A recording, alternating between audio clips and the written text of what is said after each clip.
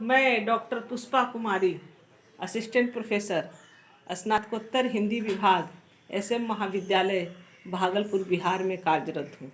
आज मैं तिलका मांझी भागलपुर विश्वविद्यालय भागलपुर के स्नातकोत्तर हिंदी विषय के चतुर्थ सेमेस्टर के विद्यार्थियों को उनके त्रयोदश पत्र में इकाई 4 के अंतर्गत डॉक्टर तुलसीराम कृत मुर्दहिया उपन्यास के शीर्षक की सार्थकता विषय पर अध्ययन अध्यापन करेंगे। अर्थात आज हमारे विचार विमर्श के लिए जो अध्याय लाया गया है वह है मुर्दहिया उपन्यास में शीर्षक की सार्थकता। डॉक्टर तुलसीराम द्वारा रचित मुर्दहिया आत्मकथात्मक उपन्यास हिंदी के सभी आत्मकथात्मक उपन्यासों में शीर्षस्थ है। अपनी सहज प्रवाहपूर्ण शैली, यथार्थपरक कथा वस्तु एवं उदात्त मूल्यों के कारण जनता के बीच यह हमेशा लोकप्रिय बना रहा है। डॉक्टर तुलसीराम ने इस युगांतकारी आत्मकथात्मक संस्मरणात्मक उपन्यास के द्वारा अपने जीवन के यथार्थ की सचित्र प्रस्तुति दी है तथा यह दलित साहित्य, जो स्वयं दलित द्वारा रचित भी हो, में मील का पत्थर साबित हुआ है।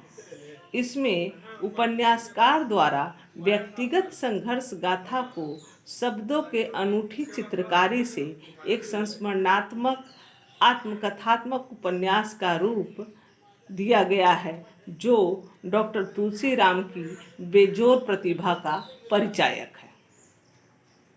यद्यपि मुर्दहिया डॉक्टर तुलसीराम की संस्मरणात्मक आत्मकथात्मक उपन्यास है, किंतु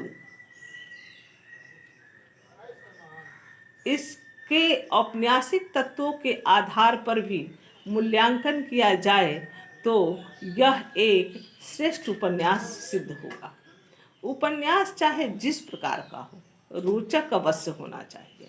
यह रोचकता ही पाठक को उपन्यास पढ़ने के लिए विवश करती है। उपन्यास की रोचकता उसके शीर्षक से प्रारंभ हो जाती है। अतः शीर्षक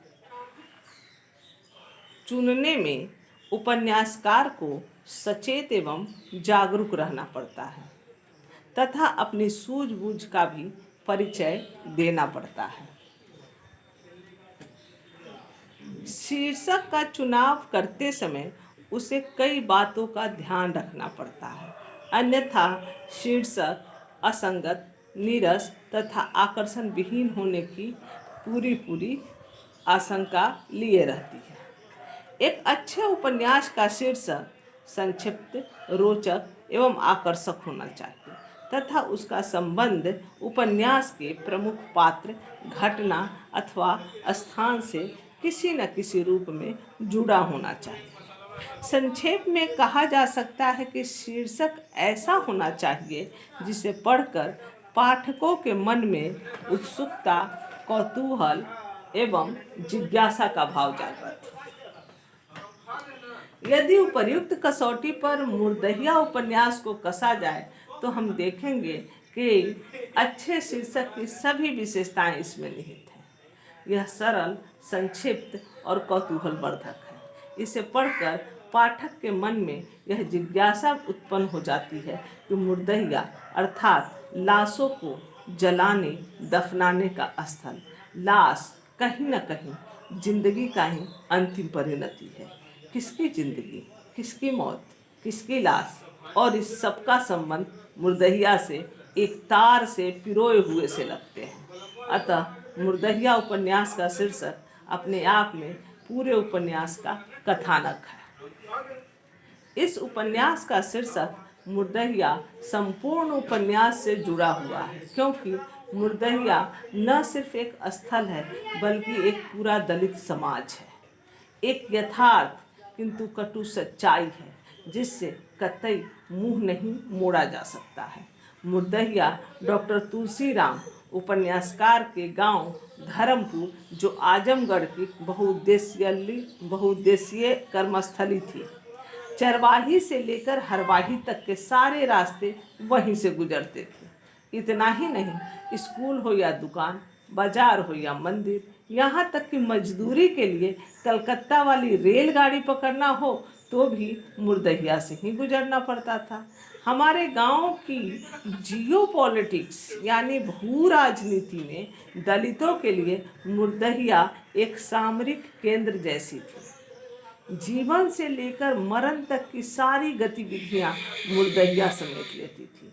सबसे रोचक तथ्य यह है कि मुर्दहिया मानव और पशु में कोई फर्क नहीं करती थी। यह दोनों की मुक्तिदाता थी।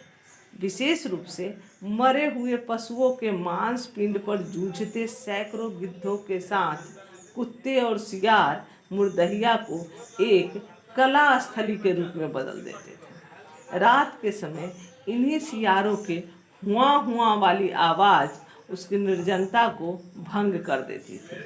हमारी दलित बस्ती के अनगिनत दलित हजारों दुख दर्द अपने अंदर लिए हुए मुर्दहिया में दफन हो गए थे। यदि उनमें से किसी की भी आत्मकथा लिखी जाती, उसका शीर्षक मुर्दहिया ही होता। मुर्दहिया सही मायनों में हमारी दलित बस्ती की जिंदगी थी। जमाना चाहे जो भी हो, मेरे जैसा कोई अदना जब भी पैदा होता है, वह अपने इर्द गिर्द घूमते लोक जीवन का हिस्सा बन ही जाता है। इस तरह मुर्दहिया न सिर्फ उपन्यासकार की बल्कि उसके पूरे समाज की जुबान थी।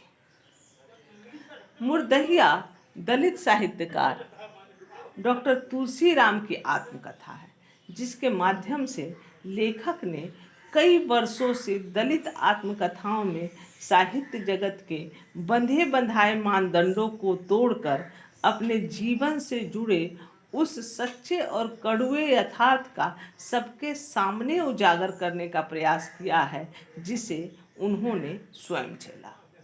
डॉक्टर तुलसीराम ने अपने लेखन में दलित जीवन के कष्टों, यातनाओं, उपेक्षाओं, प्रताड़ना आदि की खुलकर अभिव्यक्ति की और सामाजिक बंधनों पर जमकर हमला बोला। उनकी आत्मकथा मुर्दहिया और मणिकर्णिका दो खंडों में बटी उनकी अनूठी साहित्यिक कृति होने के साथ ही पूर्वी उत्तर प्रदेश के दलितों की जीवन स्थितियों तथा 60 और 70 के दशक में इस क्षेत्र में वाम आंदोलन की सरगर्मियों के जीवंत खजाना है। डॉक्टर तुलसीराम ने इस आत्मकथा के दूसरे अंश मुर्दहिया तथा स्कूली जीवन में शिक्षा के लिए किया जा रहा संघर्ष और उसमें गांव से थोड़ा दूर स्थित मुर्दहिया की चौंकाने वाली घटनाओं को उदात्त रूप में प्रस्तुत किया, जबकि मुर्दहिया के तीसरे अंश अकाल में अंधविश्वास के माध्यम से सामाजिक कुरीतियों को प्रस्तुत किया है।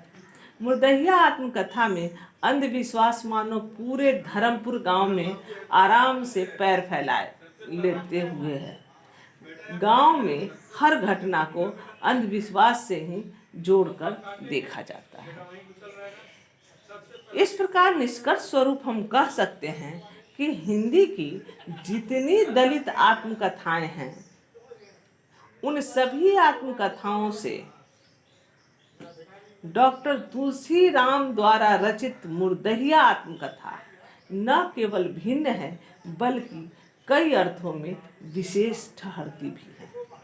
अपने इस आत्मकथा में डॉक्टर तुलसीराम ने सिर्फ दलितों की पीड़ा को ही रेखांकित नहीं किया, बल्कि अपने गांव धर्मपुर, जो आजमगढ़ जिला के अंतर्गत आता है, के जरिए उस समय के पूरे भारतवर्ष के गांवों को ही चित्रित कर दिया है। डॉक्टर तुलसीराम कहते हैं, इसमें मेरा दर्द है, मेरे समाज का दर्द है, मेरा पूरा जीवन ही मुर्दहिया है। मुर्दहिया यानी गांव का वह कोना जहां मुर्दे फूके जाते हैं, मुर्दहिया यानी गांव का वह हिस्सा जहां मरे हुए जानवरों के चमड़े उतारे जाते हैं। अतः डॉक्टर तुलसीराम द्वारा अपने आत्मकथा को मुर्दहिया नाम देना सिर्फ एक शीर्षक भर ही नहीं है, किसी भी रचना की आत्मा उसके शीर्षक में ही होती है। अतः डॉक्टर तुलसीराम द्वारा रचित मुर्दहिया आत्मकथात्मक उपन्यास अपने शीर्षक में 100% सफल है। धन्यवाद।